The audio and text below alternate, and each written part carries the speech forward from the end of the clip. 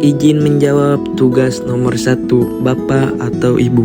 Menurut saya, ontologi adalah cabang filsafat yang membahas tentang hakikat, realitas, atau keberadaan.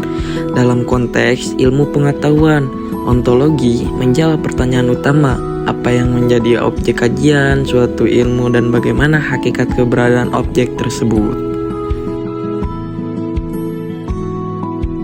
Contoh, dalam ilmu ekonomi, ontologi membahas apakah pasar itu sekadar konsep atau benar-benar entitas nyata dalam kehidupan. Dalam psikologi, ontologi mempertanyakan apakah pikiran dan perasaan termasuk realitas yang dapat dianggap ada. Kesimpulannya, dengan ini menurut saya, ontologi berfungsi sebagai dasar untuk memahami apa yang dipelajari oleh ilmu dan bagaimana sifat keberadaan dari objek yang dipelajari tersebut. Referensi sebagai berikut. Jawaban nomor 2. Menurut saya, epistemologi adalah cabang filsafat yang membahas tentang asal-usul pengetahuan, cara memperoleh pengetahuan, metode yang digunakan, serta bagaimana kebenaran suatu ilmu diuji atau dibuktikan. Dalam konteks ilmu pengetahuan, epistemologi menjadi pertanyaan seperti A.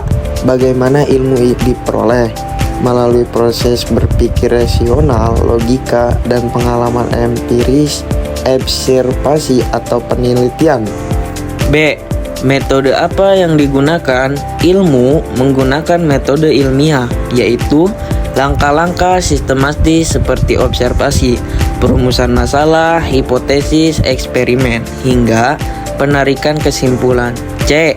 Bagaimana kebenaran diuji? Kebenaran ilmiah diuji melalui verifikasi pembuktian kebenaran melalui data falsifikasi, pengujian untuk melihat apakah teori bisa dibantah, konsistensi logis tidak bertentangan secara rasional.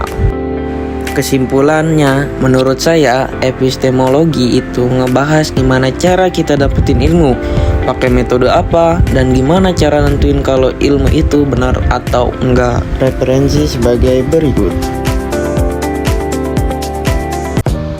Jawaban nomor 3. Menurut saya, aksiologi adalah cabang filsafat yang membahas tentang nilai, etika, dan tujuan pengguna ilmu dalam kehidupan manusia. Aksiologi itu fokus ke pertanyaan, ilmu yang kita punya itu dipakai buat apa sih, dan penggunanya benar atau enggak. Penjelasan dari saya, nilai ilmu harus punya manfaat, bukan sekadar teori doang. Misalnya, ilmu kesehatan dipakai buat meningkatkan kualitas hidup manusia. Etika penggunaan ilmu harus sesuai normal. Contoh, teknologi jangan dipakai buat hal yang merugikan orang lain. Tujuan ilmu seharusnya dipakai untuk kebaikan, kesejahteraan, dan kemajuan manusia. Contoh terakhir dari saya, ilmu kedokteran dipakai untuk menyembuhkan orang, bukan untuk eksperimen yang melanggar kemanusiaan. Kesimpulan, menurut saya, aksiologi itu bahasa untuk apa ilmu digunakan, apa manfaatnya, dan apakah penggunaannya sudah sesuai dengan nilai dan etika. Jawaban nomor 4. Keterkaitan ontologi, epistemologi, dan aksiologi bisa dipahami sebagai 3 pondasi utama dalam filsafat ilmu yang saling melengkapi satu sama lain.